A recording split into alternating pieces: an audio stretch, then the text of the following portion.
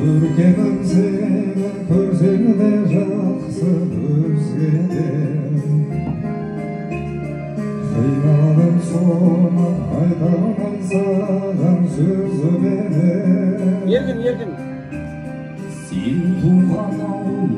ел жұртың еткен бақытты өзіңді күндей жүретін көзбенен саят не деу жаным-ау менің жағама таққан тұмарсың жалғанда жалғыз жабылып жүрген шығарсың неге барынбай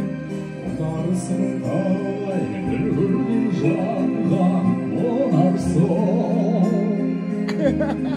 өмірде бірақ өзіме ғанасың